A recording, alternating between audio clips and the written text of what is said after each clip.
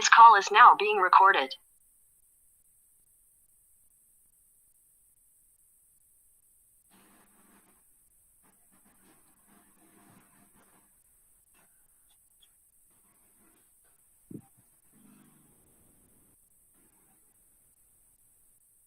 Bismillahirrahmanirrahim. Alhamdulillah Rabbil Alamin. Wassalatu wassalamu ala syafil anbiya wal mursalin.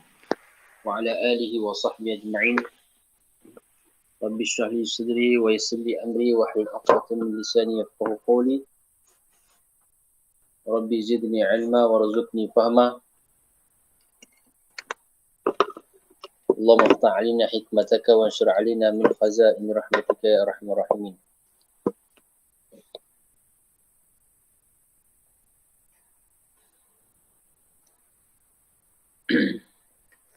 InsyaAllah pada malam ini, sebelum itu saya ucapkan selamat datang, selamat hadir kepada semua para hadirin, hadirat, muslimin, muslimat yang dirahmati oleh Allah. Mudah-mudahan kita semua berada di dalam rahmat Allah Subhanahu Wa Taala dan kita sentiasa dimudahkan urusan, ya. Apa juga keadaan kita, di mana juga kita berada, dan apa juga ujian yang Allah Ta'ala sedang berikan kepada kita hari ini, kita yakin bahawa bukan kerana satu sebab, dua sebab, tiga sebab, empat sebab, satu sebab sahaja. Seperti mana kita biasa dengar daripada saudara kita Abid Liu, iaitu semua ujian yang Allah Ta'ala beri kepada kita hari ini yang kita hadapi, bukan satu jawapan, bukan dua, bukan tiga, tapi satu saja, iaitu kerana Allah sayang pada hamba dia. Dalam satu hadis Nabi SAW, Nabi telah menyebut, iaitu berbunyi hadisnya, Man ahabba qawman ibtalahum. Satu orang yang mana Allah Ta'ala kasih, Allah cinta.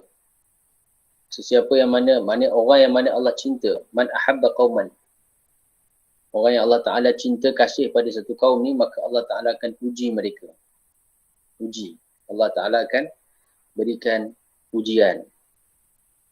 Jadi orang beriman ni bila diuji oleh Allah, maka itu tanda Allah sayang pada dia.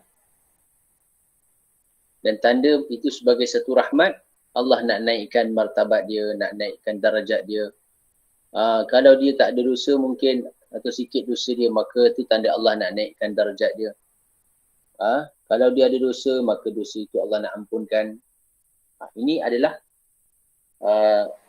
antara perkara yang penting untuk kita fahami. Adapun kalau ujian, musibah menimpa orang kafir, maka itu sebagai azab. Sebab tu tak sama. Tak boleh kita samakan orang kafir yang ditimpa ujian, musibah, dan orang Islam, orang beriman yang ditimpa musibah. Kerana walaupun nampak zahir sama, mata ni nampak sama je. Orang ni kena ujian, orang ni kena ujian, orang ni rumah terbakar, orang ni rumah terbakar. Tapi sebenarnya, dia tak sama. Pada hakikat dia tak sama. Hak ni yang terbakar, maka itu sebagai azab untuk dia. Hak ni terbakar, rumah dia sebagai ujian, rahmat. Allah nak naikkan darajat. Maka kita orang sekeliling yang melihat orang-orang yang ditimpa ujian ni, maka Nabi ajarkan kepada kita, Allah ajarkan kita, idza asabathum musibah qalu inna lillahi wa inna ilaihi raji'un. Allah ajarkan kita, apabila ditimpa mana-mana musibah, maka sifat orang beriman ni dia akan kata apa? Inna lillahi wa inna ilaihi raji'un. Dalam satu hadis, Nabi tambah lagi iaitu, Allahumma ajurni fi musibati wa akhlif li khairan minha. Nampak? Iaitu apa dia? Ya Allah, berilah ganjaran kepada musibah yang ditimpa kepada aku ini. Ini bagi orang yang tertimpa musibah. Maka dibaca doa ni. Wa akhlif li khairan minha, dan gantikanlah yang lebih baik. Maka hadis ini, dia ada kisah dia. Iaitu salah seorang isteri Nabi SAW. Kalau tak silap nama dia Ummu Salamah. Ummu Salamah ni, radhiyallahu anha, dia sebelum berkahwin dengan Nabi, suami dia ialah Abu Salamah. Dan sangat terkenal kecintaan mereka berdua ni, hubungan cinta tu sangat terkenal. Masyhur dalam kisah-kisah sahabat ni. Hingga dipulaukan, dia dengan isteri dipisah, dia dengan suami, dengan anak terpisah selama setahun. Bayangkan tuan-tuan, tak jumpa suami, tak jumpa anak dalam masa setahun. Macam mana perasaan satu orang ibu, satu orang isteri yang sudah pasti nak menginginkan dorongan kasih daripada suami yang dicintai, anak yang dikandungkan, yang dilahirkan, tapi dipisahkan kerana agama Islam. Saat ketika mana orang musyrikin tak suka. Masa tu keluarga dia orang musyrikin. Itu antara kisah yang masyhur. Maka bila mana suami dia telah meninggal, dia telah baca satu doa yang Nabi ajarkan, inna lillahi wa inna ilaihi raji'un, Allahumma ajurni fi musibati wa akhlif li khairan minha. Maka bila dibacakan doa ini, dengan barakah doa ini, Allah Subhanahu wa taala telah gantikan suami yang lebih baik daripada suami dia. Musibah yang ditimpa tadi telah digantikan dengan perkara yang lebih baik, iaitu Allah kahwinkan. Nabi sallallahu alaihi wasallam telah berkahwin dengan beliau dan menjadi suami kepada Ummu Salamah radhiyallahu anha. Sebab itu tuan-tuan, di sebalik ujian ni ada rahmat. Sebab itu kita jangan mengeluh, jangan kita down, stres ataupun kita tertekan. Kalau kita, memanglah manusia ni ada keadaan ketika dia akan rasa begitu. Tetapi kita cuba cari jalan solusi untuk hilangkan tekanan ni. Kita banyakkan ingat Allah, banyakkan selawat atas Nabi, banyakkan baca doa tadi, inna lillahi wa inna ilaihi raji'un. Apa jua musibah yang menimpa kita, anak sakit ke, suami hilang kerja ke, ada orang auzubillah min zalik, apa saja ujian, kita sendiri sakit ke, kita bacakan doa ni banyak-banyak dan banyakkan hati kita ini dirawat dengan motivasi-motivasi, iaitu tidak ada motivasi yang lebih besar melainkan bacaan Al-Quran. Kita cuba fahami makna dia, tengok terjemah Quran dan kita baca hadis-hadis Nabi sallallahu alaihi wasallam. Mudah-mudahan insya-Allah itu akan menjadi kita punya penguat bagi diri kita. Sebab kata-kata Al-Quran dan hadis ni tak sama dengan kata-kata orang. Perkataan orang ni dia motivasi juga tapi tak ada roh, dia tak ada cahaya, tak ada nur. Sedangkan Al-Quran dan hadis Nabi ni dia ada nur yang tersendiri. Sehingga bukan sahaja cukup untuk menaikkan semangat kita, bahkan dia akan menguatkan kerohanian dalaman kita ni. Dan kerohanian itulah yang akan membantu kita untuk sentiasa kita melakukan perintah Allah dan tinggalkan segala dosa dan maksiat. Sebab apa? Kalau kerohanian kita lemah, kita pula down, stres, maka kadang-kadang sampai satu tahap kita akan buat sesuatu yang luar daripada jangkauan fikiran akal ataupun sesuatu yang logik.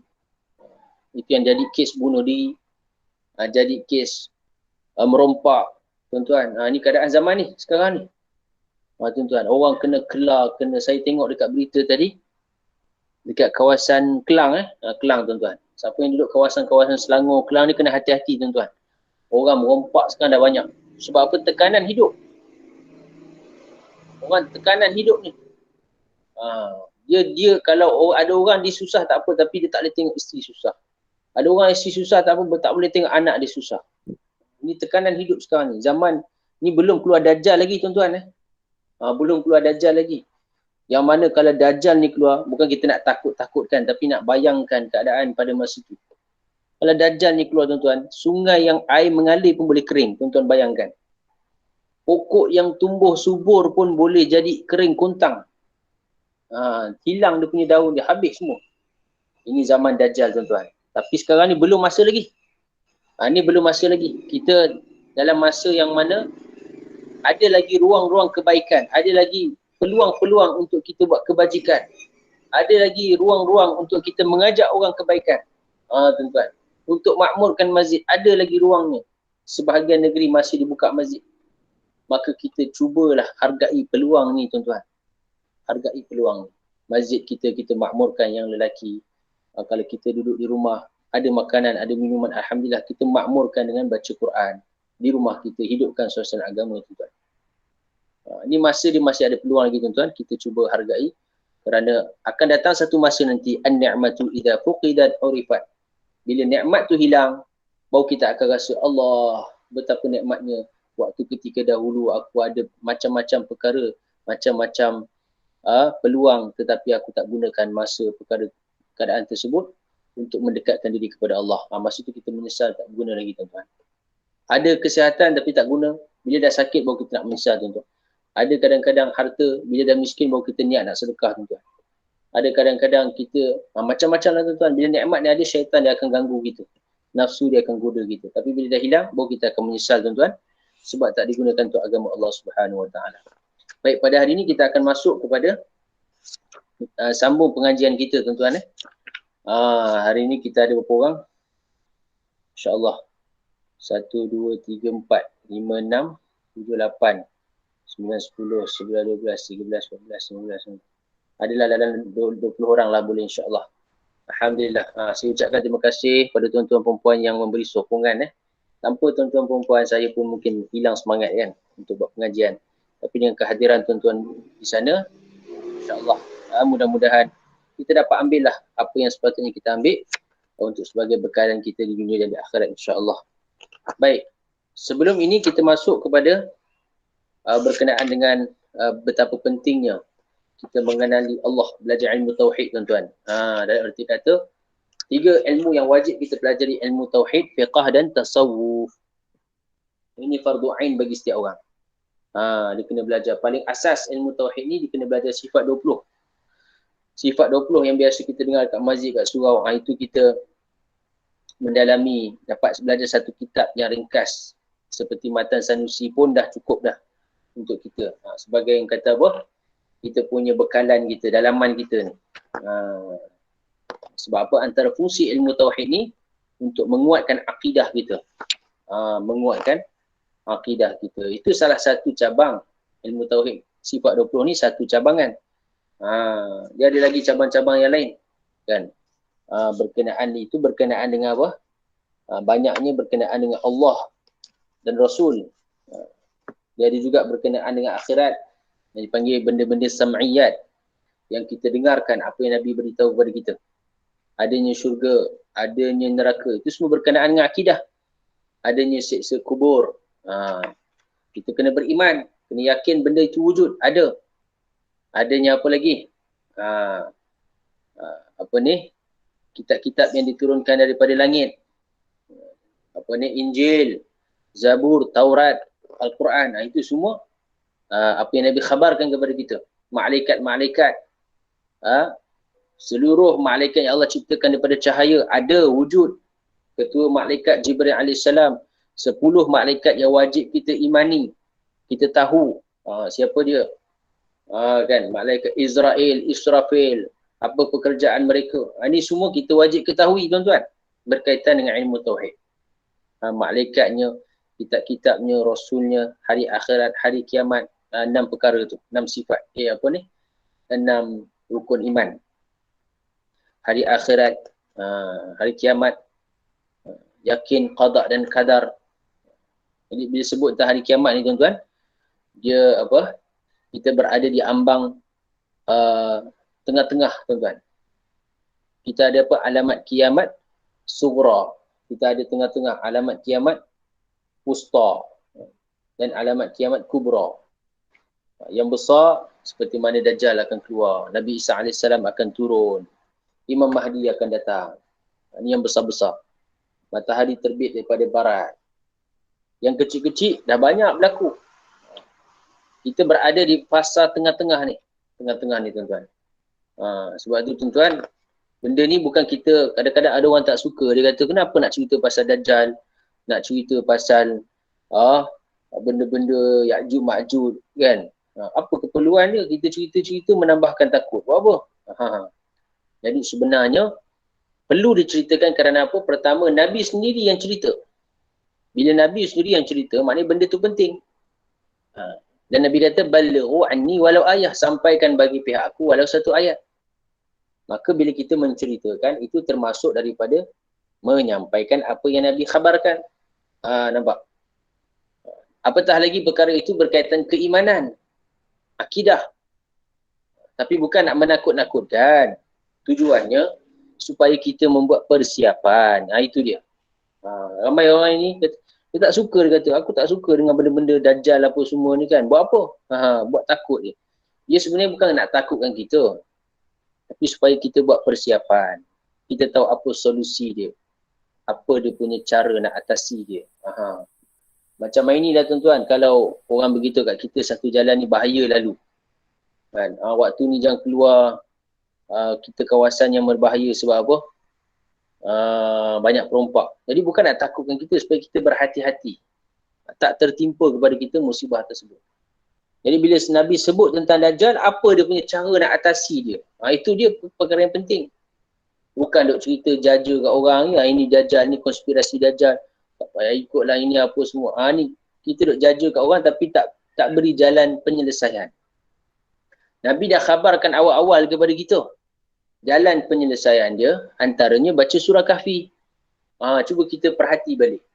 Kita yang duk kaji-kaji ni, konspirasi apa semua ni, ada tak kita amalkan apa yang Nabi sarankan kepada kita?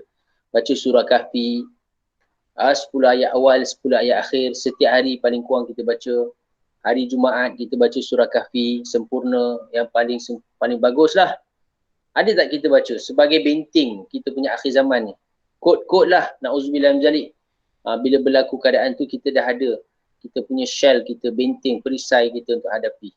Memang kita minta na'udzubillah jauhkan kan. Tapi kalau berlaku kita ada perisai dia. Sebab ketika itu bukannya yang menyelamatkan kita harta yang kita ada, rumah yang kita ada, anak isteri kita, keluarga kita, tak. Amal kita ni. Jadi amal kita ni kuat tara mana nak hadapi akhir zaman ni? Kuat tara mana nak hadapi perkara-perkara tersebut? Itu yang kita kena fikirkan.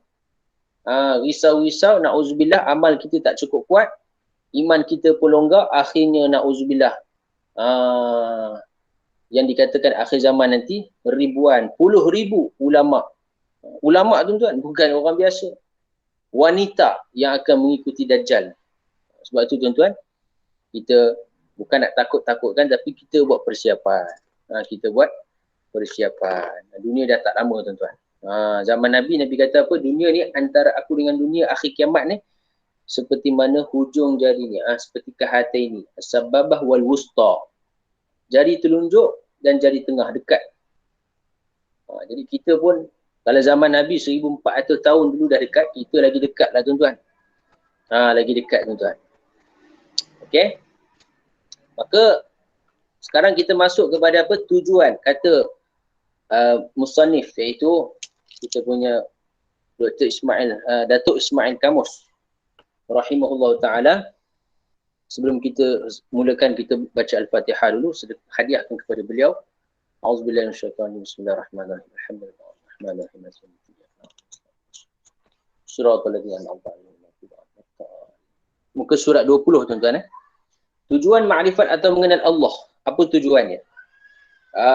Iaitu menjurus kepada kepatuhan dan ibadat terhadapnya agar mencapai keredaan dunia dan akhirat. Bahkan para ulama sepakat memutuskan setiap umat Islam wajib mengetahui dengan yakin sifat-sifat wajib, mustahil dan harus bagi Allah Ta'ala. Jadi tuan-tuan, apa tujuan mengenal Allah? Supaya kita patuh ibadat kepadanya. Bila kita kenal Allah sebagai pencipta kita tuan-tuan, barulah kita mudah nak taat pada dia. Kalau kita tak kenal Allah, tak ingat Allah, macam mana kita nak taat pada perintah dia? Macam kita tak kenal majikan kita. Kita kerja satu tempat, kita tak kenal majikan. Tiba-tiba ada orang datang pada kita, dia kata, kamu tolong pergi kedai photostat kejap. Beli buku sekian-sekian untuk saya punya ni. Kita tak kenal dia siapa. Kita berkata, kau ni siapa nak suruh-suruh aku? Kan, kita marah dia balik. Tapi bila dia kata, kamu tak tahu saya ni CEO syarikat ni, kamu kerja kat sini. Ya ke? Dia keluarkan dia punya apa, identiti dia, IC dia sebagainya. Tunjuk, rupanya bos aku. Selama ni tak pernah jumpa. Mungkin Wallahu a'lam, sebelum ni mungkin dengan dia punya orang bawahan ni kita berurusan. Tapi tiba-tiba yang jumpa bos yang paling besar punya. Maka barulah kita pun duk kalut. Oh, cepat-cepat kita pun nak pergi, tuan-tuan. Kalau tak, kena buang kerja, mampus. Kan akhir zaman ni, sekarang kerja pun susah, tuan-tuan. Kan ada orang kena buang kerja, kena potong gaji, Allahu Akbar. Dan sebab tu, tuan-tuan, kita yang ada nikmat ni untuk makan, minum, tempat tinggal, kita syukur pada Allah. Dan kita bantulah jiran-jiran, tetangga kita, saudara mara kita yang Allah Ta'ala sedang uji mereka. Bagi mereka support mereka. Mereka perlukan support daripada kita, kata-kata sokongan, motivasi, tuan-tuan. Kalau tak, kita tak boleh nak bantu segi keuangan, bantu segi motivasi, kan, kata-kata semangat. Tak boleh kata-kata semangat, kita bantulah apa yang boleh. Kan, bagi makanan ke, bagi minuman ke, bagi support ke, sokongan pada jual beli dia ke, bisnes ni ke. Apa saja, tuan-tuan, yang kita boleh mudahkan orang zaman ni, kita bantu, tuan-tuan. Mereka semua saudara kita. Orang Islam ni semua, Nabi kata, al-mu'minun kalbunyan. Mereka umpama satu bangunan, ba'duhum yashuddu ba'duhum ba'da. Sebahagian mereka menguatkan sebahagian yang lain. Ini saat kita amalkan hadis ni. Sebahagian kita ni kena bantu sebahagian yang lain. Tuan-tuan. Orang yang bagi Allah Ta'ala bagi nikmat pada dia, kita bantu, tuan-tuan. Orang sihat bantu orang sakit. Orang kaya bantu orang miskin. Orang muda bantu orang tua. Tuan-tuan. Apa saja kita boleh beri. Baik. Maka bila kita kenal Allah, baru mudah kita tak perintah dia. Oh, Allah yang menciptakan langit, menciptakan bumi, menciptakan aku. Satu hari aku akan mati bertemu dengan Allah. Allah akan tanya aku. Bila kita ada akidah tauhid sebegini, maka barulah kita akan rasa besar pada perintah Allah. Maknanya apa? Sembahyang ni, aku kena sembahyang ni. Bahaya tak sembahyang ni? Nanti Allah murka aku. Na'udzubillah min zalik. Kita takut bos kita marah kita, tuan-tuan. Takut kena buang kerja. Kalau Allah marah kita macam mana? Tak sembahyang. Contoh, anak kita tak sembahyang. Ada keluarga kita tak sembahyang. Na'udzubillah. Satu hari tak sembahyang, dia dah tempah dalam neraka 2,200,000 tahun. Tuan-tuan bayangkan. Lama tak lama, dia dah tempah. Melainkan Allah ampunkan dia. Sebab tu bahaya, tuan-tuan, tinggalkan sembahyang ni. Bahaya, tuan-tuan. Kita kena pastikan keluarga kita mereka solat tepat pada waktunya. Ingatkan mereka pada solat. Jaga solat. Allah akan jaga mereka. Macam mana keadaan pun, kita kena jaga solat kita. Itu hubungan kita dengan Allah. Sibuk macam mana pun, sakit macam mana pun, selagi ada akal, kena sembahyang, tuan-tuan. Pastikan waktu solat kita. Jangan sembahyang dah hujung-hujung waktu, ada yang qada pula. Dia jenis malas nak sembahyang. Maka apa, dia qada dekat rumah. Tak boleh, tuan-tuan. Qada ni berdosa, tuan-tuan. Kita sembahyang, lewatkan sembahyang sampai keluar waktu dia. Ini dosa besar. Dosa besar ni bukan benda kecil, tuan-tuan. Walaupun tak sembahyang tu lagi besar, tapi qada solat ni, dia tetap dikira dosa besar. Dosa besar. Sebab tu sembahyang pada waktu dia. Anak-anak kita yang dah balik, tuan-tuan, kita kena pastikan didik mereka dengan jaga solat. Paling mudah daripada kecil lah. Dia dah besar ni, kadang-kadang nak cakap pun susah. Tapi kita berilah peringatan. Sebagai ibu, sebagai ayah, kita doakan, sebut nama mereka. Kita beri peringatan demi peringatan. Itu tanggungjawab kita, tuan-tuan. Tak boleh kita berlepas tangan. Dia kata dia dah besar, pandai-pandailah dia fikir sendiri. Pandai-pandailah. Itu dia lah, dia dah boleh fikir. Tak boleh, tuan-tuan. Kan? Memanglah dia boleh fikir. Tapi untuk akhirat ni, untuk agama ni, kita kena saling mengingatkan. Kadang-kadang kita sendiri pun, tuan-tuan. Kan? Sebagai suami, kadang-kadang sebagai isteri. Memang kita boleh fikir. Tapi kadang benda agama ni, kita perlu orang support kita. Orang bagi nasihat. Kadang-kadang orang ingatkan kita, betulkan kita. Kita perlu seseorang sebegitu. Apatah lagi anak-anak kita yang masih muda, masih remaja, yang kadang-kadang ada pengaruh kawan-kawan, tuan-tuan. Jadi kita perlukan. Dan malam hari kita doa, sebut nama mereka, tuan-tuan. Allah yang mengubah hati mereka. Yang penting kita ada usaha dan kita ada doa. Dua perkara ni sangat penting. Maka apa dia? Maka kita perlu kenal Allah dengan apa? Mengatur sifat wajib, harus, mustahil. Dan dalam ini beritahu bahawa cara mengenal Allah ada dua, melalui akal merenung ciptaan Allah. Mengenali nama-nama dan sifatnya. Ini dia. Sifat-sifat Allah. Nama-nama Allah. Asma'ul Husna. Okey. Dan begitu juga bila kita kenal Allah, maka kena kenal Rasul. Utusan yang Allah hantar kepada kita. Apatah lagi Nabi Muhammad sallallahu alaihi wasallam. Kerana apa? Tanpa mengenali Rasulullah, sebagai rahmat untuk seluruh alam, kita tidak akan mendapat hidayah daripada Allah. Kalau nak Allah tak utuskan Nabi kepada kita, kita pun tak tahulah kita ni agama apa. Kalau Nabi tak susah payah untuk sampaikan agama kepada kita, kita pun tak tahu kita sekarang buat apa. Mungkin kita sembah pokok, mungkin kita sembah tiang, mungkin kita sembah matahari, na'udzubillah. Tuan-tuan. Tapi dengan berkat susah payah baginda, sahabat, agama sampai kepada kita. Ulama-ulama yang datang, hijrah, untuk sampaikan dakwah. Sebab tu tanda sekarang kita syukur kepada Allah, kita juga sebarkan agama ni kepada orang lain. Dulu orang lain yang sebarkan agama sampai kepada nenek moyang kita, tuan-tuan. Mereka susah payah tinggalkan negara mereka. Khususnya macam ulama Yaman, ulama-ulama daripada India, tuan-tuan. Ialah sejarah menyatakan mereka datang untuk berdakwah. Jadi kita pula zaman kita sekarang ni untuk zahirkan keislaman itu pada orang bukan Islam, kan? Tuan-tuan, sehingga mereka suka untuk masuk agama Islam. Para rasul juga mempunyai sifat-sifat wajib, sifat mustahil dan sifat harus. Jadi seperti mana Allah Ta'ala ada sifat wajib, mustahil dan harus, rasul pun ada. Iaitu sifat wajib bagi rasul siddiq, amanah, tabligh, fatanah. Iaitu siddiq jujur, amanah dipercayai, tabligh menyampaikan apa yang Allah perintahkan untuk disampaikan. Dan fatanah iaitu bijaksana. Lawan dia itulah iaitu kazib, khianat, kitman, baladah iaitu bodoh. Ini kita dah baca sebelum ni.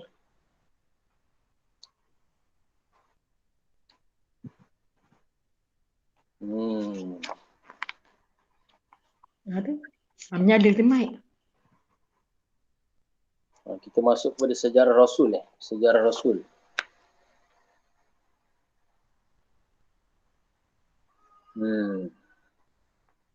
Okay, tak apa, kita cuba bincangkan juga tentang sifat-sifat Rasul ini.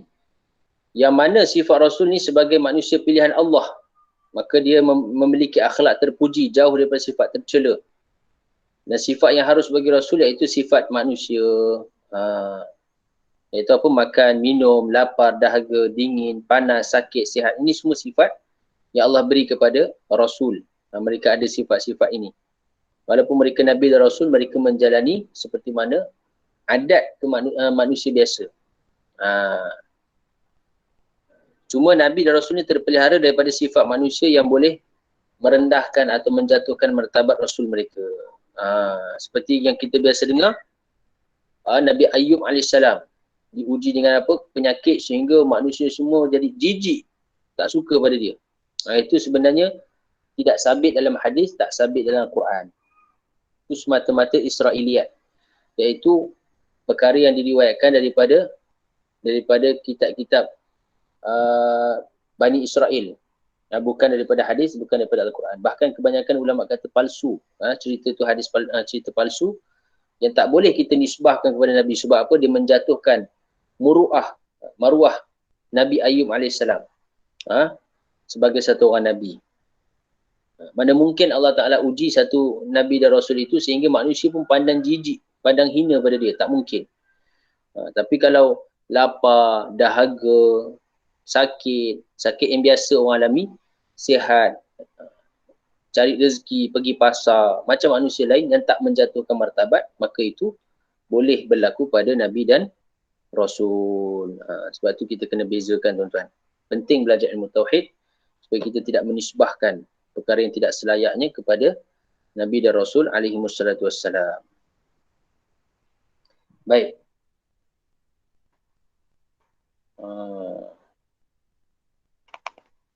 Kemudian seterusnya, di sini muka surat 22 menerangkan tentang, kemudian kita selepas menerangkan tentang Rasul itu, Datuk Ismail Kamus musannif atau pengarang kitab menerangkan tentang makna munafik. Ini pun kita dah bercerita sebelum ini tentang makna munafik. Orang munafik ni orang yang mana dizahirkan Islam pada zahir tapi dalam hati dibenci, kufur pada Islam. Zaman Nabi wujudlah, tapi zaman kita tidak ada lagi orang sebegini. Kalau ada pun mungkin sedikit. Mungkin sedikit. Zahirnya zaman kita ni banyak orang yang sifat dia munafik tapi dia hati di Islam.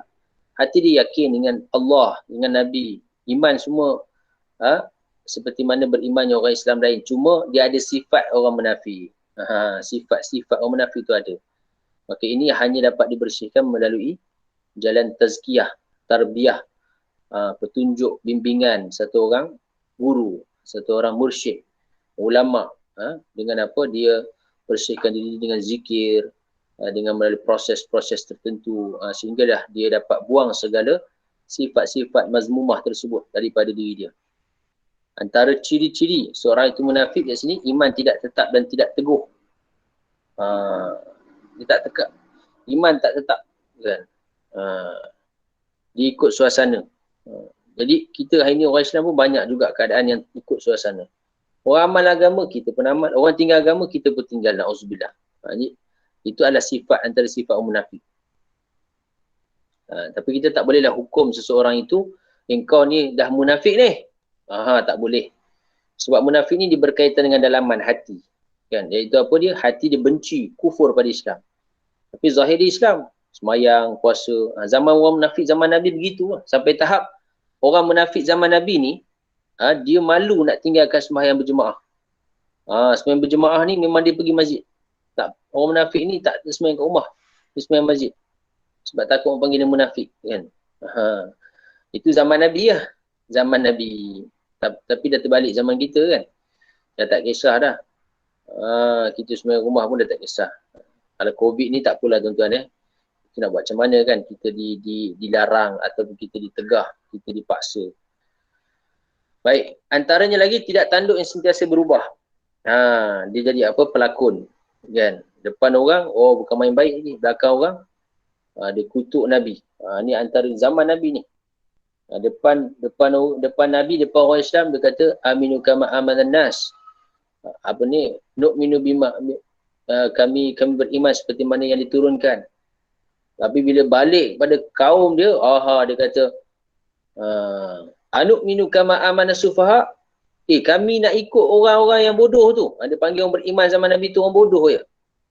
Kami nak ikut orang bodoh yang ikut gila tu. Na'udzubillah. Dia kata Rasul Nabi tu gila. Depan Nabi bukan main lagi. Dia punya lidah dia manis. Tapi belakang Nabi, Allah, ya kalam kan.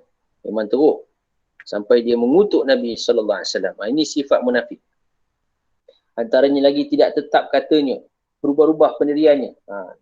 Dan sentiasa mengharapkan kebaikannya dibalas. Ini semua antara tanda-tanda munafik yang kita kena jauhkan. Bila buat kebaikan nak dibalas. Maknanya tak ikhlas lah tu. Padahal kebaikan dia tak besar mana pun. Itu tak apalah. Kita sebagai manusia bila orang buat kebaikan pada kita, apa saranan agama, apa saranan Nabi pada kita? Kita ucapkan terima kasih. Kita hargai walaupun sedikit. Sebab itu Nabi ni bila orang ajak Nabi jemput rumah makan jamuan ni, walaupun hanya makan kaki kambing je. Dia punya lauk dia kaki kambing. Pun Nabi datang. Nabi taklah orang kata apa? Jemput aku masak lauk kaki kambing je. Tak ada. Nabi tak istisghar atau Nabi tak istihza ataupun istihanah. Memandang hina benda tu tak ada. Sebab Nabi tahu sahabat ni dia orang susah, miskin, dia tak ada apa. Dia jemput Nabi, Nabi nak muliakan dia. Maka Nabi datang. Nabi tunaikan hajat dia. Ini sifat Nabi tuan-tuan. Jadi kita pun sama tuan-tuan. Maksudnya apa? Kita tidak memandang rendah kepada orang lain, apatah lagi kebaikan yang dibuat. Ini semua sifat munafik. Antara orang munafik zaman Nabi ni, dia bila tengok orang buat sedekah, buat infak tu, bila sikit sangat. Ini kadang-kadang sebahagian sahabat ni datang bila Nabi waktu saat ketika peperangan nak peperangan kemuncak ke apa, musuh nak datang serang, Nabi bagi iklan pada sahabat untuk buat infak. Maka sebahagian sahabat datang, khususnya peperangan Tabuk kalau tak silap saya. Antara peperangan yang terbesar. Maka apa dia? Sebahagian sahabat tak ada apa. Dia bawa satu rauk kurma je untuk diberikan kepada Nabi sebagai infak dia, harta dia. Itu je harta dia ada. Maka orang munafik ni bila tengok, dia tengok dengan pandangan negatif. Sebab tu orang yang tengok pandangan negatif ni tuan-tuan, dia tengok orang buat baik pun dia pandang buruk. Ini antara sifat munafik. Kalau orang buat buruk lagi lah, memanglah. Ni buat baik pun dia pandang buruk. Padahal kita tak boleh pandang kebaikan tu kecil, walaupun sedikit. Ni bila orang lain yang buat ni. Orang buat kebaikan, walaupun sikit kita kena hargai dia. Maka apa dia kata, ini apalah bagi sikit macam ni, Allah tak terima lah. Allah tak ambil lah kau punya effort. Ada kata macam tu. Tapi bila orang bagi banyak, bagi banyak kan, sahabat ni bagi 20 ekor unta, 30 ekor unta. Dia kata, ini riak ni sahaja nak tunjuk ke orang. Lain pula cakap dia. Bila orang bagi sikit, bukan main lagi komen. Bila bagi banyak pun komen juga. Jadi orang macam ni ada tak tuan-tuan zaman kita ni? Ada. Orang Islam sendiri kan. Maknanya apa? Sifat kemunafikan tu ada. Yang mana perlu dicuci, diperbaiki, dihilangkan daripada orang Islam pada hari ini. Kita jenis tak ada tengok orang buat baik. Kita bila tak boleh buat baik, kita tengok orang buat baik tuan-tuan, kita support bagi doa kan supaya Allah terima kebaikan tu. Kita bagi sokongan kan supaya dia teruskan. Hal antara ikhlas tak ikhlas tu dia dengan Allah, bukan urusan kita. Tapi kita suka menghukum daripada memberi sokongan. Ini sebab apa? Sifat dengki.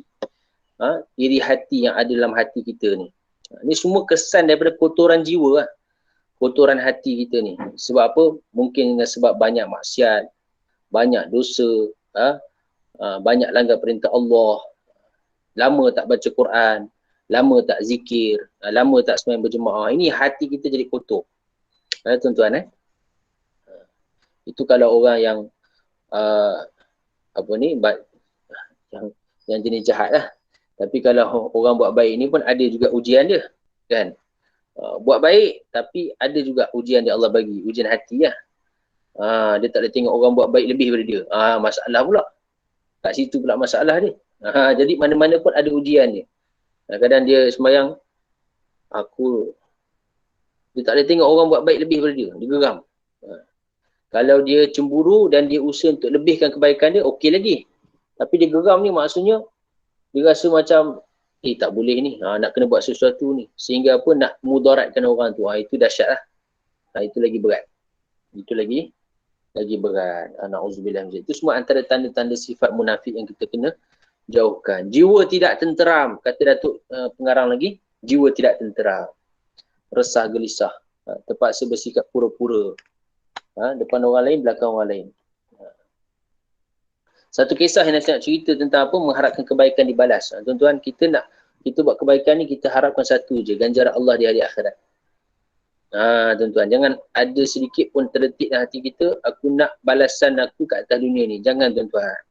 Sebab esok kat akhirat nanti, kita akan jadi orang yang mana Allah, kalau boleh semua kebaikan aku kat dunia tu, biar tak balas kat dunia tak apa. Semua kat akhirat belaka. Sampai tahap macam tu tuan-tuan. Kita nak kebaikan kita. Sebab dah nampak syurga, dah nampak neraka ni. Yang boleh menyelamatkan kita hanya iman dan amal. Allahu Akbar. Dan syafaat daripada orang soleh, daripada keizinan Allah Ta'ala. Itu saja. Sehingga sampai satu tahap macam tu. Sebab tu tuan-tuan, orang yang faham perkara ni, dia tak akan ada keinginan dalam hati dia untuk kebaikan tadi dibalas. Satu kisah Hadrat Ali radhiyallahu anhu. Kisah Hadrat Ali tuan-tuan masyhur dalam Quran Allah cerita. Kita biasa baca ketika hari subuh Jumaat. Surah Al-Insan. Hal ata 'alal insani hinun minad dahri lam yakun syai'an madhkura. Panjang ayat dia, inna nakhafu min rabbina yawman abusan qamtarira. Iaitu apa dia? Innama nut'imukum liwajhillah. Kata Hadrat Ali. Ni ulama tafsir mengatakan kisah ni, ayat ni turun berkaitan dengan Hadrat Ali. Ketika mana dia beri makan pada orang miskin, orang tawanan, anak yatim. Masa tu dia tengah puasa, tak ada benda nak buka puasa. Dia bagi juga makanan tadi. Apa dia punya perkataan dia? Dia kata kami beri makan kepada semua ni kerana Allah, liwajihillah. La nuridu minkum jazak. Kami tak inginkan balasan daripada mereka ni atas dunia. Wala syukura, dan ucapan terima kasih pun kami tak nak. Sampai tahap macam tu tuan-tuan. Apa yang mendorong kami untuk buat demikian? Inna nakhafu min rabbina yawman abusan qamtarira. Kami takut sangat hari-hari akhirat ni dahsyat ni. Sebab apa ketakutan tu ada pada Hadrat Ali? Sebab apa sentiasa diperdengarkan tentang kehidupan akhirat daripada Nabi sallallahu alaihi wasallam. Sebab tu kita tuan-tuan kena selalu juga dengar tentang kehidupan akhirat ni. Sebab kita hari ni banyak sangat dengar tentang apa kehidupan dunia ni. Orang sana, orang sini, orang situ, orang ni. Kan kita dengar cerita semua dunia je. Sehingga kita tak nampak akhirat depan kita ni. Sehingga seolah-olah kita punya amal tu macam akhirat ni alah lama lagi mati. Padahal tu tengok esok kita yang mati tuan-tuan. Sekejap je dunia ni. Tuan-tuan, Allahu Akbar. Begitu juga Hadrat Aisyah bila dia bagi sedekah, infak pada orang, tiba-tiba sedekah tadi dia doakan untuk Hadrat Aisyah. Maka Hadrat Aisyah balas balik doa dia. Semua ni kerana apa? Dia tak nak satu sen, satu pahala pun didapat. Maknanya kebaikan tadi dibalas atas dunia ni daripada sudut dunia tu. Biarlah dia dapat pahala ke akhirat. Biarlah semua apa kebajikan dia semua dapat ke akhirat. Dan antara sifat munafik lagi iaitu menjadikan dunia sebagai matlamat hidup. Matlamat hidup tuan-tuan. Dunia sebagai matlamat hidup. Ini antara sifat munafik. Ini tuan-tuan. Ini orang tuan-tuan duduk kat dunia, dia jadikan dunia ni habis-habisan, usaha habis-habisan. Sehingga dia lupa akhirat. Bahkan orang munafik ni dia anggap akhirat ni tak wujud. Kita beriman anggap akhirat itu, yakin akhirat itu wujud. Cuma kita punya iman ni lemah. Sampai amal kita pun kadang-kadang buat ala kadar. Kita kata tak apalah, akhirat ni ala kadar je lah. Ada-adalah, tak ada-tak adalah. Insya Allah ampunkan kita. Itu semua perkataan yang sebenarnya hasil daripada tipu daya syaitan. Syaitan dia akan kita jadi orang yang rugi ke akhirat.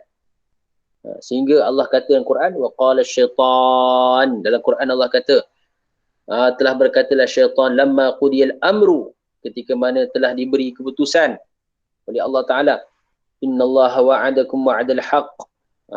Syaitan kata kepada seluruh manusia ni yang dia pernah goda dulu atas dunia, sesungguhnya Allah Ta'ala telah memberi janji kepada kamu, innallaha wa'adakum wa'adal haqq wa wa'adtukum, dan aku juga beri janji-janji palsu kepada kamu. Syaitan kata fa akhlaftukum, tapi aku telah menyalahi janji aku. Wa ma kana li 'alaikum min syaitan wa ma kana li 'alaikum sultanin illa an da'awtukum fastajabtum li. Apa semua yang aku ajak kamu tu semua tipu daya je, tak ada apa-apa bukti pun kebenaran dia. Aku saja-saja ajak-ajak ayam macam tu je. Kamu pula ikut aku. Fastajabtum li. Sekarang ni apa dia? Fala talumuni walumu anfusakum. Syaitan kata, kamu jangan nak marah-marah aku dah, jangan. Tak payah nak cela-cela aku. Ni bukan salah aku. Aku ajak-ajak macam tu je, kamu ikut, kenapa? Walumu anfusakum. Kamu cela diri kamu sendiri tu. Marah kat kamu sendiri. Siapa suruh ikut? Syaitan kata, ma ana bimusrikhikum wa ma antum bimusrikhi. Aku tak nak selamatkan kamu. Kamu pun tak nak selamatkan aku. Aku pun tak selamatkan diri aku sekarang ni.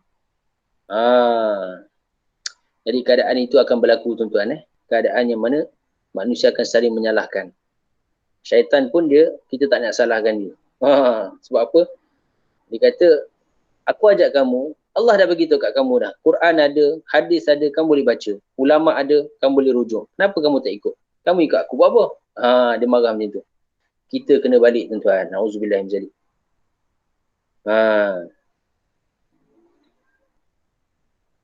Jadi tuan-tuan mulia, semoga Allah Ta'ala pelihara kita. Keadaan-keadaan sebegitu di hari akhirat. Allah pelihara kita sepanjang hidup kita di atas dunia ni daripada godaan syaitan dan nafsu kita tuan-tuan. Sebab tu kita kena banyak baca doa ni apa? Bismillahirrahmanirrahim. La hawla wa la quwwata illa billahil aliyil azim. Dua rumah baca tuan-tuan. Allah pelihara kita daripada godaan syaitan. Dan kemudian disebutkan di sini tentang orang-orang musyrik. Siapa pula orang musyrik? Iaitu orang yang mempercayai sesuatu itu lebih berkuasa daripada Allah. Ini musyrik. Maksudnya ada orang dia yakin bahawa ada sesuatu selain Allah yang berkuasa. Maka ni musyrik. Maksudnya dia telah mensyirikkan Allah. Seperti contoh orang yang pergi jumpa bomoh, dukun. Ini memanglah. Itu bahaya. Sebab apa? Boleh jatuh kepada hukum syirik. Seperti mana orang musyrik ni orang kafir lah tuan-tuan. Musyrik ni orang kafir. Zaman Nabi orang musyrikin. Kenapa dipanggil musyrikin? Sebab dia telah mensyirikkan Allah. Kita nak kata mereka orang-orang yang tauhid, tidaklah. Sebab dia yakin Allah Ta'ala tu mencipta langit. Wala in sa'altahum man khalaqas samawati wal ardu la yaqulunna Allah. Kalau kamu tanyakan kepada mereka siapa yang menciptakan langit dan bumi, pasti mereka akan berkata Allah. Mereka jawab Allah. Tanya orang musyrikin zaman Nabi tu, siapa cipta langit? Allah. Dia akan jawab Allah. Tapi adakah mereka orang yang tauhid? Orang yang betul akidah dia? Tak, mereka orang musyrik. Sebab apa pula orang musyrik? Sebab mereka walaupun kata Allah yang mencipta langit bumi, mereka juga mengatakan berhala-berhala yang mereka sembah tu boleh beri manfaat, boleh beri mudarat. Boleh tunaikan hajat mereka. Maknanya apa? Allah pun boleh, berhala pun boleh. Ini masalah tuan-tuan. Masalah pada akidah. Kalau kita orang Islam, kita kata apa dia? Selain Allah tak boleh bagi manfaat mudarat. Allah saja yang bagi sihat, yang bagi manfaat, yang bagi mudarat, yang bagi sakit, yang bagi sihat. Habis itu kita makan ubat, kita makan nasi, minum air, itu adalah perintah Allah. Kan? Allah perintahkan, Nabi perintahkan. Maka kita buat ikut perintah. Tapi bukan kita yakin itu yang menyembuhkan kita. Bukan kita yakin makanan yang mengenyangkan. Tapi kita yakin Allah yang mengenyangkan. Sebab tu kita selalu lepas doa, lepas makan Nabi ajar kita baca apa? Alhamdulillahilladzi at'amana wa saqana wa ja'alana minal muslimin. Segala puji bagi Allah. Kita puji Allah tuan-tuan, bukan puji nasi. At'amana, yang telah memberi makan kepada kami. Kita puji Allah. Bukan puji orang yang jual burger tu. Dia masak burger kan. Wa saqana, beri minum kepada kami. Wa ja'alani minal muslimin, dan menjadikan aku di kalangan orang Islam. Ada lagi doa Nabi ajar, alhamdulillahilladzi ashba'ana, segala puji bagi Allah yang mengenyangkan aku, wa arwana, dan menghilangkan dahaga aku, wa an'ama alaina, dan memberi nikmat kepada aku, wa afdal, dan memberi kurniaan yang banyak kepadaku. Maknanya apa? Nabi ajar kita puji Allah. Sebab nak ajar kita tauhid dah tu. Hati kita ni sentiasa dibetulkan, alignment balancing dia. Betulkan dia. Biar kita ni, hati kita ni sentiasa tertuju kepada Allah semata-mata. Bukan kepada asbab makhluk sekeliling kita yang dijadikan ujian untuk kita ni. Ujian. Tuan-tuan. Baik, itu syirik. Dan dalam ni disebut syirik ada dua, akbar dan asghar. Syirik akbar ini menyembah benda pokok, kubur, sembah kubur tuan-tuan. Ada orang dia sembah kubur. Dalam arti kata sembah, dia memang jadikan kubur tu macam Tuhan. Itu memang tak boleh dah tuan-tuan. Ziarah kubur tak ada masalah. Kan? Ziarah kubur, berdoa di sisi kubur. Untuk orang yang mati tadi kita doakan dia. Itu tak ada masalah. Ahli Sunnah wal Jamaah mengatakan, boleh kita ziarah kubur. Sunat hukum dia. Bagi lelaki. Sunat kita ziarah. Sebab apa? Mengingatkan kematian. Dan kita dapat menghilangkan kesunyian orang kubur tadi, khususnya mak ayah kita, saudara mara. Kita ziarah dia, bagi salam. Ini Nabi ajar kepada kita. Nabi sarankan untuk kita ziarah. Jadi ziarah kubur tak ada masalah. Ini ziarah kubur dia kata kita sembah kubur. Itu masalah tuan-tuan. Macam dekat Yaman baru ni kan. Bila kita pergi Yaman, saya sendiri pergi Yaman. Setiap hari Jumaat memang kita ada ziarah ke kubur. Panggil apa, saya tak ingat kubur tu. Kawasan perkuburan tu. Habib Umar akan bawa kita setiap pagi Jumaat. Untuk apa? Baca Yasin, untuk doa, hadiahkan pahala. Mana ada sembah? Tak ada sembah. Kita dengar bacaan-bacaan tu semua bacaan yang berisi Quran, zikir, kemudian kita hadiahkan pahala doa untuk si mati. Tapi ada pok-pok belah sana, mereka kata orang Yaman, Hadramaut ni, Tarim ni, dia kata pergi sembah kubur. Sembah kubur lagu mana? Kan? Kita pun pelik kan? Ini satu fitnah. Dalam arti kata bahasa Melayu, kita bagi fitnah lah. Benda yang tak buat, dia kata kita buat pula. Ini berkaitan dengan akidah ni. Bila dia kata sembah kubur, maknanya kita ni telah terkeluar daripada agama Islam. Sebab orang sembah kubur, maknanya apa? Kafir lah. Kan? Macam sembah matahari, sembah bulan. Tuan-tuan. Dia bukan lagi orang Islam. Jadi ini berlaku tuduhan-tuduhan fitnah. Sebab tu tak boleh kita percaya pada satu orang yang cakap tentang sesuatu perkara berkaitan dengan orang lain, melainkan dengan ada bukti, dalil yang jelas. Ada bukti apa dia? Ni bukti dia. Ada dalil apa dia? Kalau sekadar cakap, semua orang boleh cakap. Kan? Tak kira lah orang tu siapa pun. Kan? Menteri pun boleh. Rakyat biasa pun boleh. Nak cakap, semua orang boleh cakap. Tapi yang paling penting, konten dia tu. adakah betul atau tidak? Islam ajar kita. Bila nak cakap satu benda, kena ada apa? Al-bayyinatu 'alal mudda'i. Kena ada bukti. Kan? Kita nak kata orang ni mencuri. Cakap, boleh cakap. Tapi betul ke dia mencuri? Maka perlu kepada bukti. Ada rakaman CCTV yang dirakam, misalnya. Ada. Tapi sekarang ni, kalau YouTube tu apa semua video tu yang orang selalu share tu, itu pun boleh diedit. Tapi kalau CCTV tu lainlah tuan-tuan. Zaman sekarang ni kalau orang nak aniaya orang pun boleh. Kan, macam-macam cara. Tapi kena ada bukti yang jelas. Kalau syariat, dia perlu saksi, orang yang melihat dengan mata kepala dia. Kita kata orang ni berzina. Tak boleh cakap berzina macam tu je. Kena ada bukti. Islam mengajar kita kena ada bukti, dalil yang jelas. Jadi, apa bukti dia? 4 orang saksi lelaki yang melihat bahawa apa memang betul-betul perempuan ni bawah lelaki ni. Dan dia punya apa? Kemaluan dia masuk dalam kemaluan dia. Baru boleh sabit hukuman zina. Sabit. Kena sebatan 100 kali. Kalau bujang, kalau dah kahwin, rejam sampai mati. Kalau hudud. Ini Islam mengajar kita hati-hati dalam nak apa? Mengatakan sesuatu berkenaan orang lain. Kena ada bukti, kena ada dalil. Kena ada apa? Bukti yang cukup, syarat dia. Tak boleh semata-mata percaya bila orang cakap, orang sampaikan. Tak boleh. Apatah lagi berkaitan dengan orang lain. Tak boleh. Kan? Larangan keras. Tapi hari ini tuan-tuan berlaku zaman bila orang sampaikan pada kita, kita terus percaya tuan-tuan. Sebarkan pula pada orang. Baru-baru ni apa saudara kita Abid kan. Orang fitnah dia. Bukan saya tak menyebelahi siapa-siapa. Tapi itu antara satu fitnah lah. Jadi semua orang ada pengorbanan dia, khidmat dia masing-masing. Tapi tak bolehlah sampai kita buat fitnah sebegitu kan. Apatah lagi kalau niat nak menjatuhkan orang. Itu bahaya tuan-tuan. Jadi kita kena buat sesuatu itu mengikut apa? Konsep Islam yang sebetulnya. Dan syirik asghar yang kecil pula ialah syirik itu apabila seorang itu melakukan sesuatu dengan tujuan menunjuk-nunjuk. Ini dipanggil syirik asghar. Jadi syirik yang menyebabkan orang terkeluar pada Islam ni bila dibuat akbar yang besar. Yang kecil ni macam riya. Itu semua buat amalan nak tunjuk pada orang. Itu syirik asghar dipanggil. Dan kafir. Kafir ini pula ialah orang yang menidakkan keesaan Allah. Kenabian Nabi. Ingkari syariatnya, maka dia anggap kafir.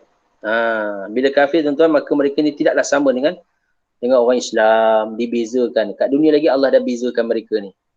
Kalau kita ada hukum hudud dekat negara kita, maka mereka ni kalau tak sembahyang, tak dikenakan apa-apa hukuman. Kalau tak keluarkan zakat, tak kena apa-apa. Tapi kalau orang Islam, dia kena. Kalau tak bayar tak sembahyang kan, kalau ikut hukum hudud boleh dihukum bunuh. Tuan-tuan, kalau minta taubat, dia tak nak taubat juga, 3 hari dah bagi masa, tak nak sembahyang juga, boleh dihukum bunuh. Tapi dia tetap hukum Islam, tapi dikenakan hudud sebegitu.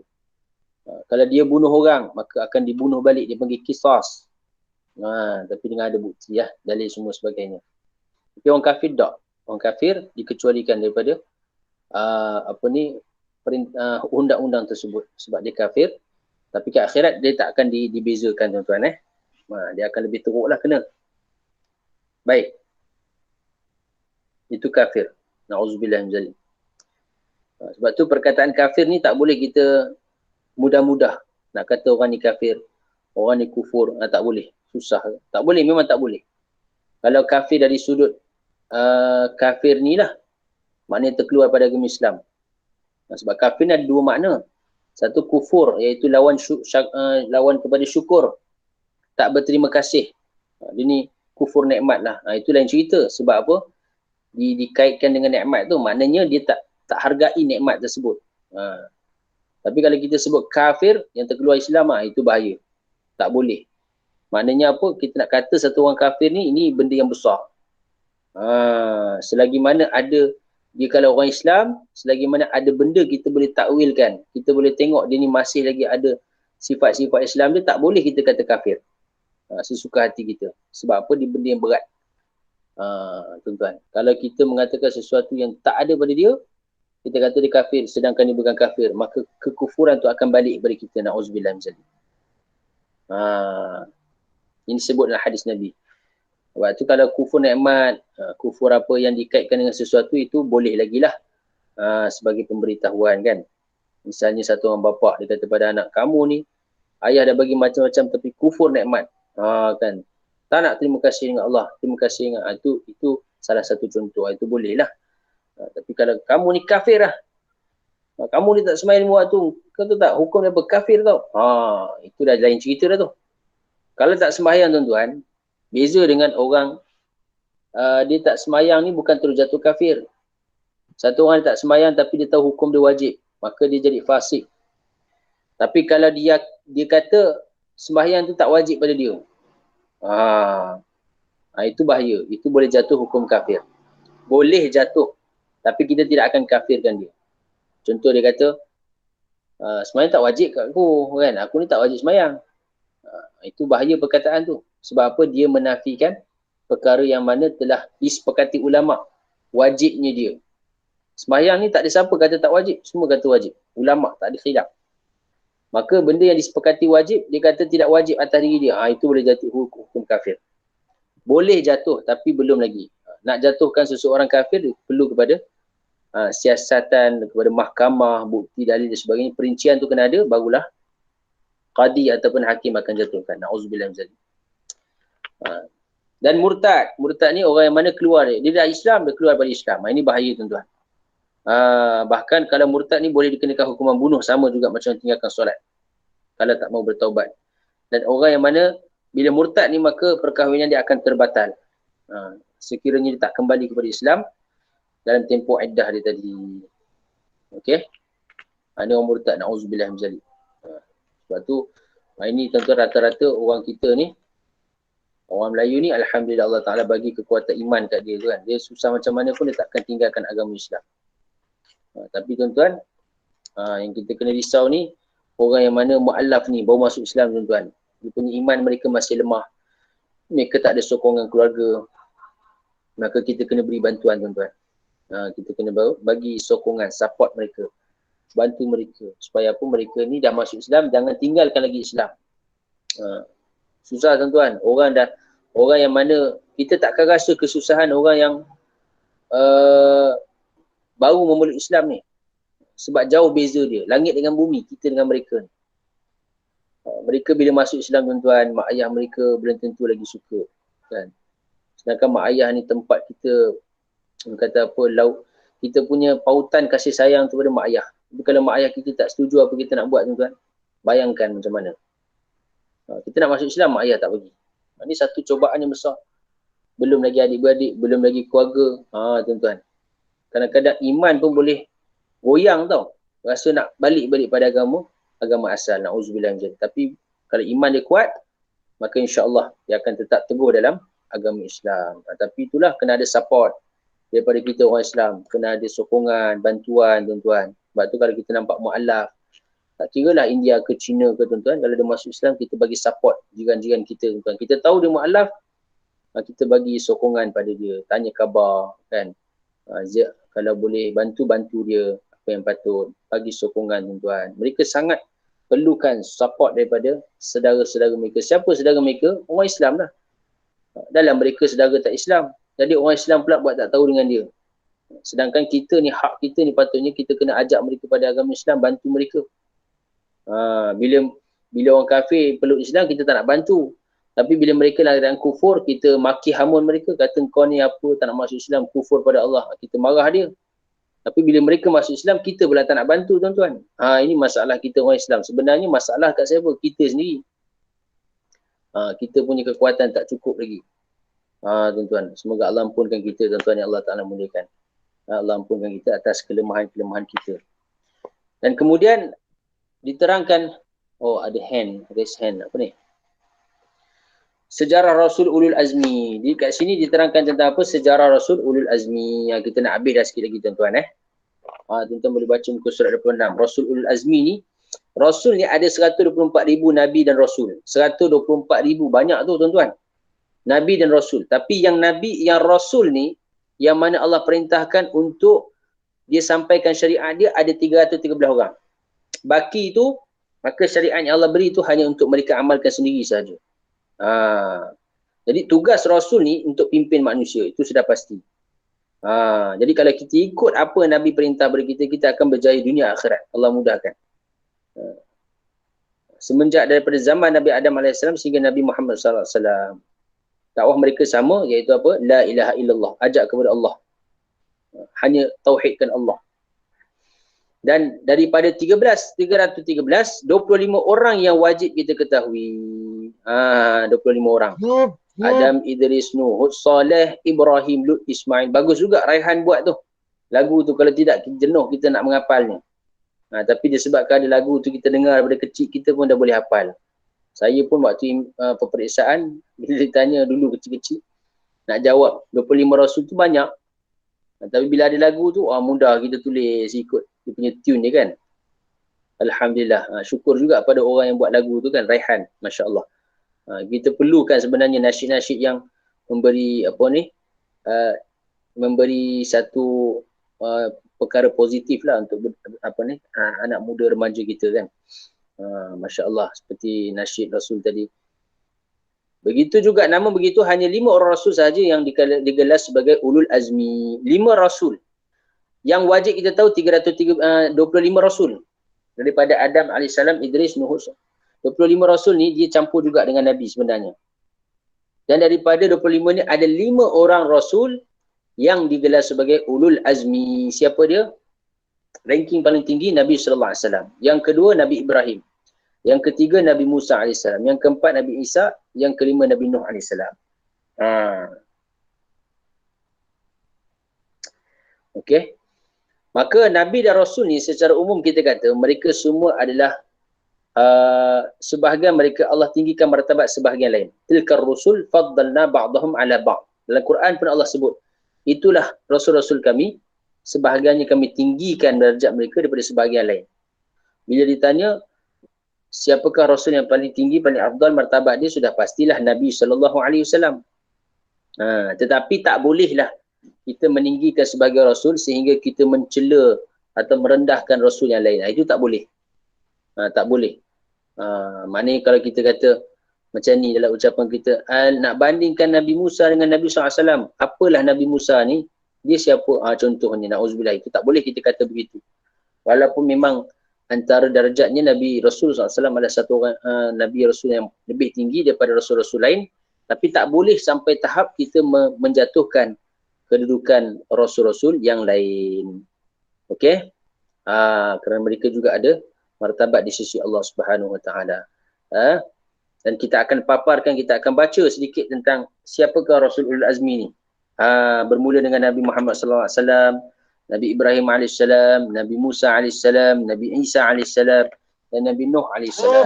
Okey, pada masa yang akan datang, memandangkan waktu kita telah mencemburui, kita akan sebutkan dan kemudian kita akan masuk kepada perkara berkaitan dengan doa untuk anak-anak, doa asas. Jadi untuk anak-anak ni, jadi kalau kita yang dah jadi ibu bapa ni, kalau kita tak hafal doa ni, malulah kita tuan-tuan. Ada orang dia kata, Along baca doa makan. Dia suruh anak dia baca tapi dia tak baca. Sebab apa? Dia kata aku tak hafal lagi. Anak aku dah hafal, suruh dia baca. Jadi amal agama tu anak dia je. Dia tak amal agama. Jadi doa ni penting tuan-tuan. Doa ni adalah penting. Nabi ajar kepada kita doa ni adalah silah, senjata bagi orang beriman. Dalam doa Nabi tadi adanya bantuan Allah. Sebab tu macam sekarang ni tuan-tuan, saya bagilah sedikit tips untuk Allah Ta'ala pelihara kita daripada musibah, wabak, COVID ni semua. Jangan tinggal tuan-tuan, lepas sembahyang kita baca ayat kursi, itu sudah pasti. Ayat kursi, yang kedua kita baca 3 kul. Kalau boleh baca 3 kul, baca setiap kali lepas sembahyang. Baca hasbunallah wa ni'mal wakil, baca 7 kali. Kemudian baca Allahumma salli ala Muhammad, apa tadi? Hasbunallah. Kemudian baca Allahumma inna naj'aluka fi nuhurihim wa na'udzubika min syururihim. Baca 7 kali lepas solat. Doa-doa ni tuan-tuan. Yang tadi itulah. Dan baca selawat. Selawat apa? Selawat Allahumma salli ala sayyidina Muhammad wa ala ali Muhammad bi'adadi kulli da'in wa dawa'in wa barik wa sallim alaihi tasliman katsira. Baca sekali pun cukup dah. Baca doa ni. Tiap-tiap kali lepas solat baca tuan-tuan. Baca insya-Allah. Dengan niat Allah pelihara kita daripada segala musibah wabak ni tuan-tuan. Allahu Akbar Kita pun tak tahu tuan-tuan. Dah nak kat 2 tahun dah. PKP ni dah 2 bulan dah rasanya. Kan, dengan kerajaan atau politik yang makin tak terurus ni. Allahu Akbar. Makin ramai yang vaksin, makin banyak pula. Ini kes 19,000 tuan-tuan. Allahu Akbar. Makin naik pula kan. Ingatkan lepas vaksin makin turun. Tapi makin naik. Dah orang pula makin susah tuan-tuan bila PKP ni. Tak boleh nak berniaga, tak boleh nak ni, tak boleh tu. Kesian tuan-tuan. Memang kesian. Kita ada kawan-kawan yang macam ni mengadu tuan-tuan. Allahu Akbar. Apa yang boleh kita bantu, kita bantulah. Kita bantu doa, bagi semangat. Tuan-tuan, mudah-mudahan insya-Allah Allah Subhanahu Wa Taala juga akan segerakan wabak ni daripada kita, daripada negara kita, daripada pelihara daripada keluarga kita, jauhkan daripada segala perkara yang tidak diingini. Wallahu alam. Ada tuan-tuan ada persoalan nak ditanyakan pada malam ni? Sebelum kita menutup majlis kita insya-Allah, yang boleh saya jawablah. Boleh tulis kalau nak tulis.